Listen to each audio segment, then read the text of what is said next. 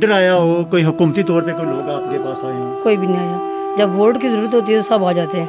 नाज़रीन, जैसे कि आपको हम बता रहे हैं कि मीरपुर सेक्टर C2 के अंदर हम मौजूद हैं इस वक्त, तो हम एक और घर पहुँचे हैं। हमें ख़ुद बड़ी हैरानगी हो रही है और शायद हमसे भी ये चीज़ बर्दाश्त नहीं हो रही कि एक ये उस्मान जो दुनिया से रुखसत हो गए चले गए, उनकी बेवा हमारे साथ मौजूद हैं और इनका कोई बच्चा भी नहीं है। ये उस्मान की बेवा अभी तक इनके घर में बैठी हुई हैं। एक कमरे का मकान है इनका और ये हमसे बात करना चाह रही। जब हम आए तो इन्होंने बताया जी कि हमारे पास राशन नहीं है। तो नाज़रीन, ऐसे भी लोग हैं जो कि अब इनका कोई कमाने वाला नहीं है, कोई ज़रिया नहीं है, फिर भी ये अंदर बैठ के कमरों में बैठ के तो इंतज़ार कर रहे हैं कि कोई मसीह आएगा और हमें राशन देगा। तो हम भी चाहते हैं कि हमारा चैनल देख के तो लोग बाहर निकलें और ऐसे जो लोग हैं इनकी मदद करें।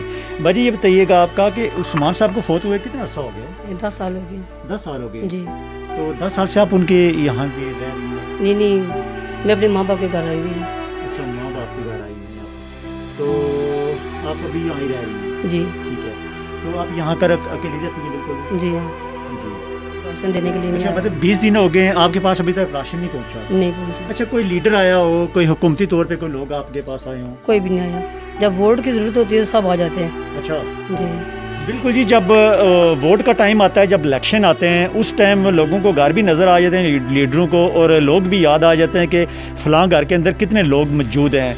तो ये बेवा जो उस्मान की बेवा है यहाँ पर रह रही हैं, तकरीबन 10 साल हो गए हैं। तो इनका कोई कमाने वाला नहीं है, तो हम भी चाहते हैं कि कोई इनके पास आए और मदद करे।